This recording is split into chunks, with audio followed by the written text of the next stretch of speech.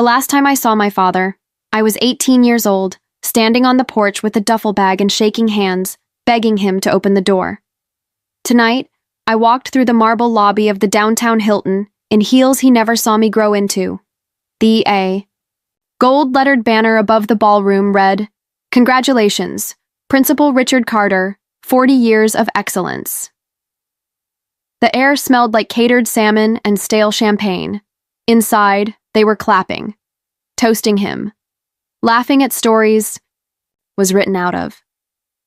I stood at the threshold for a moment just outside the double doors. My reflection stared back at me from the glass. The same sharp jaw he used to say came from his side of the family. I reached into my coat pocket and pulled out the envelope. Yellowed, creased down the center.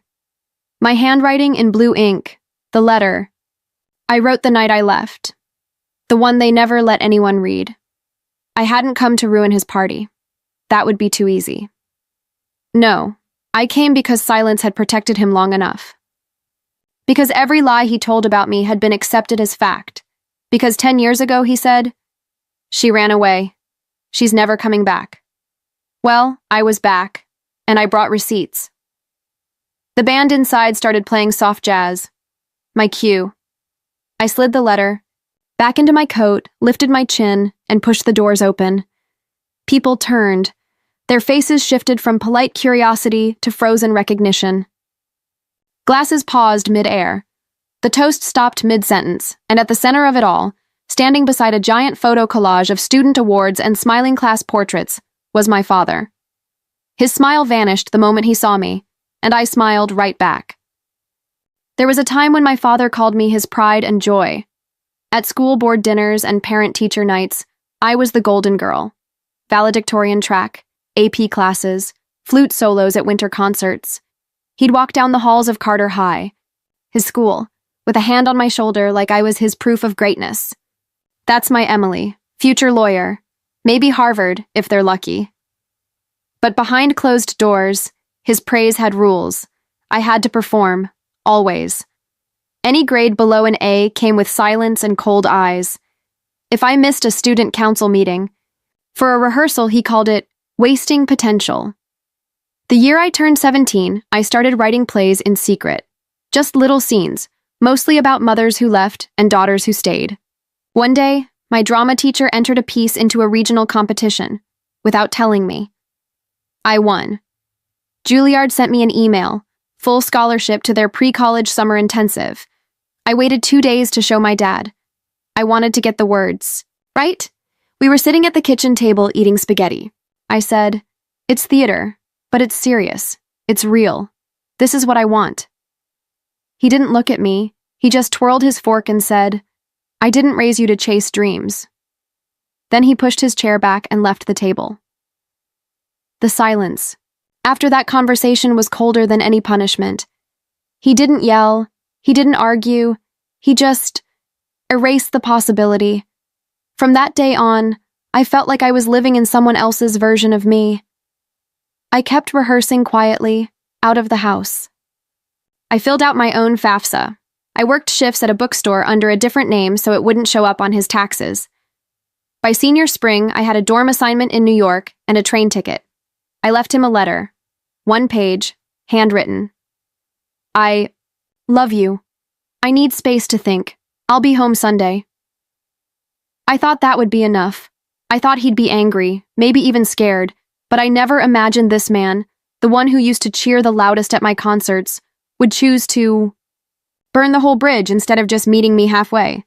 I came back Sunday afternoon like I said I would. The train ride home was quiet. I kept imagining his face, maybe worried, maybe softened by the space. I rehearsed what I'd say. "I'm sorry for scaring you. I just needed air, but I'm not giving up on this." But when I walked up to the front porch, my key didn't fit the door. At first I thought it was jammed. I jiggled it, tried again. Then I noticed the porch light was off. It was always on when someone was home. I rang the bell, knocked, waited, nothing. Called his phone. Straight to voicemail. Then I tried Mom's, also dead. That's when I looked to the right and saw it, my suitcase, sitting neatly beside the porch swing, zipped, labeled, like a forgotten donation. On top of it was a plastic bag holding my birth certificate, my social security card, and a yellow post-it note. You made your choice. Good luck. My hands went cold. I sat on the steps for hours. I couldn't stop staring at the door, like if I blinked, it would open. It never did. The neighbors walked past with their dogs, and I saw it in their eyes. Pity, disgust, confirmation. They knew. 2 days later, I crashed on my friend Leah's couch and logged into Facebook, and there it was. A status from my aunt, posted the same day I left. Please pray for our family. Emily has run away. She left a hateful note, and we fear she's with someone dangerous. The comments were endless. So sorry, praying. She always seemed troubled. Kids these days. He made it look like I ran off with an older man, that I left in anger, that I was unstable. My mom blocked my number. My drama teacher stopped replying to emails. 1 week later, my college acceptance was withdrawn after my transcript was marked incomplete. I hadn't just been abandoned. I had been disappeared, and no one, not a single person who once called themselves family, ever asked me what really happened. The first night I slept on Leah's couch, I cried into a hoodie I used as a pillow. By the third night, I learned how to cry without making noise. I got a job waitressing at a 24-hour diner on 6th Street, night shifts mostly. The kind of place where the coffee never runs out and no one asks you why your eyes are swollen. I scrubbed floors, took double shifts, and signed up for community college courses under a payment plan. No family, no FAFSA, no support.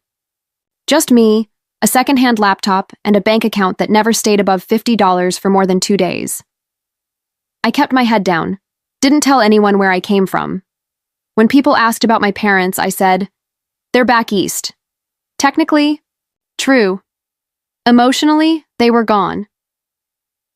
What hurt more than the silence was how easy it was for everyone to believe I didn't exist anymore. No one came looking. No one even posted a photo asking if I was okay. It was like I'd never been part of their story to begin with. But little by little, I built something.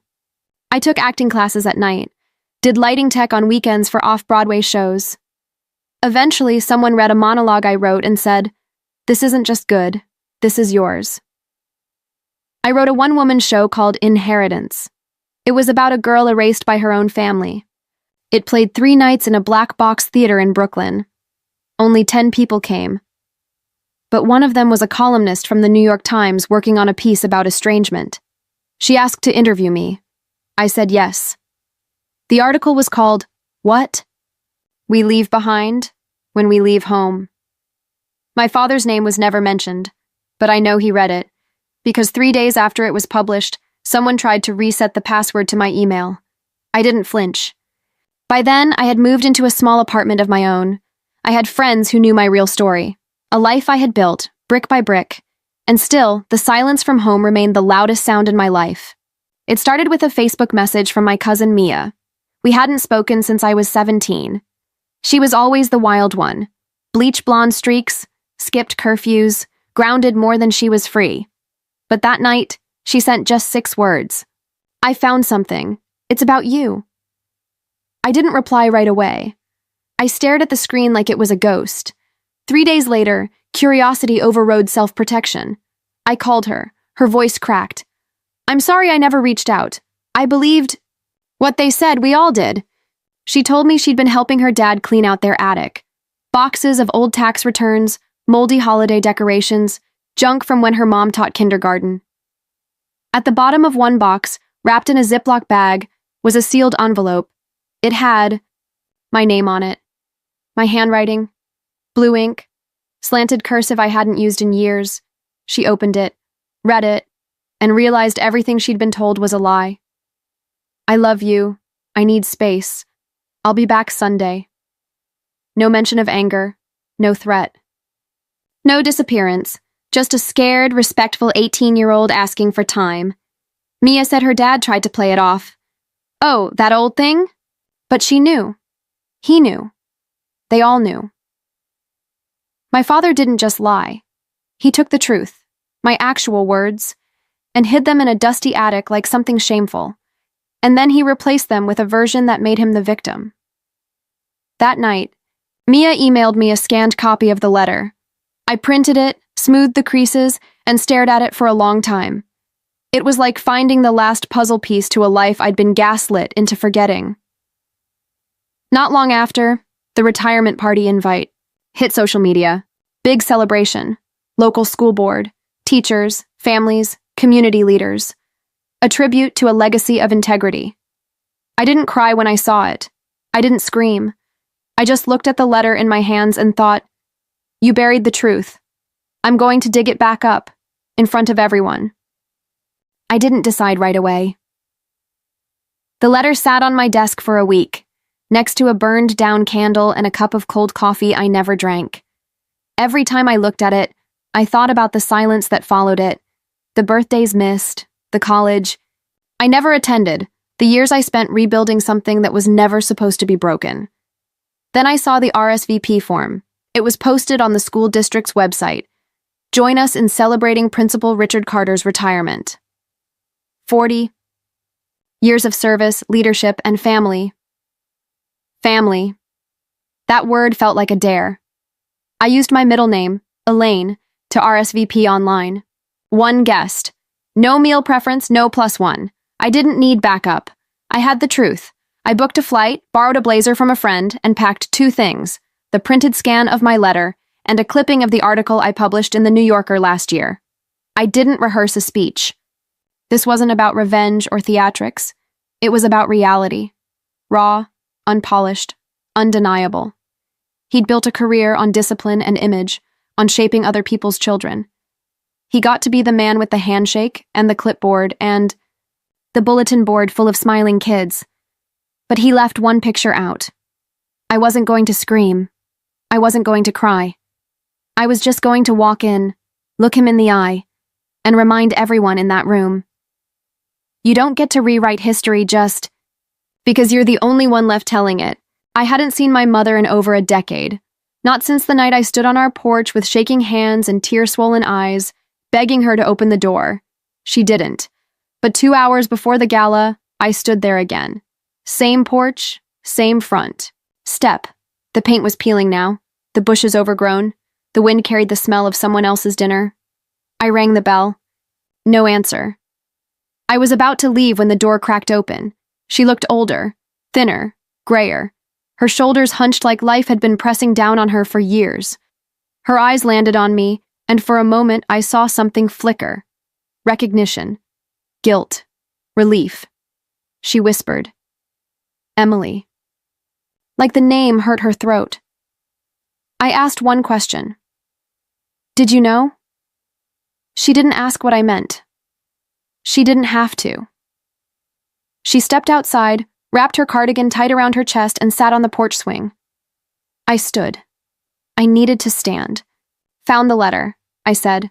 "The real one. The one I wrote before I came back home. The one he hid." She closed her eyes, a slow, silent nod. "I wanted to come after you," she said. "I really did." "Why didn't you?" She looked out toward the street. "He said you were unstable, that you joined up with some older man, that we needed to protect ourselves, that if I reached out, it would only make things worse." I stared at her. "And you believed that?" "I believed him," she whispered, "because I was afraid of him too." In that moment, I didn't feel anger. I felt something colder. Detachment. Not hatred.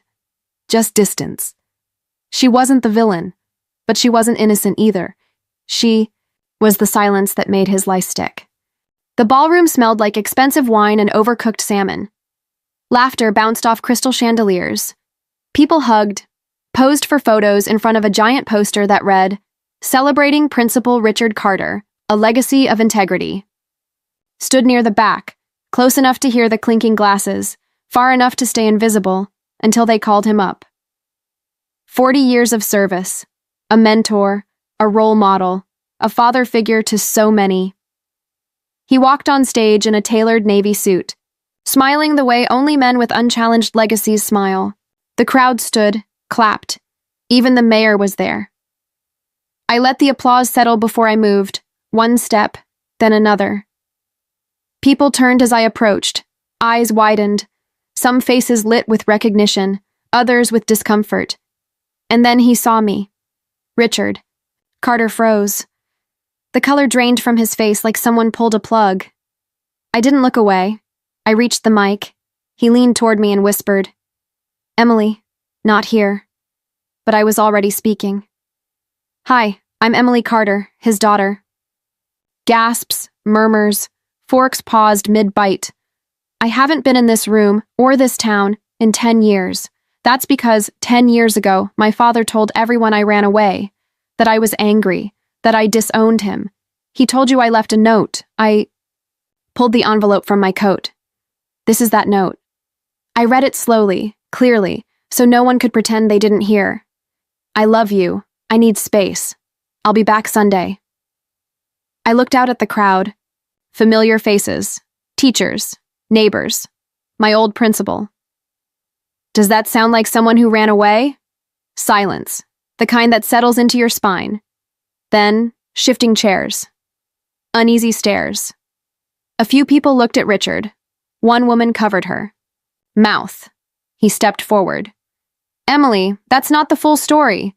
I held up a hand. "Don't. You told that story for 10 years. This is mine." A voice from the crowd. "Is that why she vanished?" Another. I remember praying for her. Then Mia stood up. She held a phone, displaying a scan of the original letter. "He hid it," she said. "For 10 years. He let us believe something that wasn't true." I watched it happen. The unraveling. His reputation, stitched so carefully together, coming undone thread by thread. Someone whispered, "What else did he lie about?" His jaw tightened. His hands shook. He looked at me like I'd lit the match. But I didn't burn anything. I just brought the truth. And the truth doesn't whisper. It echoes.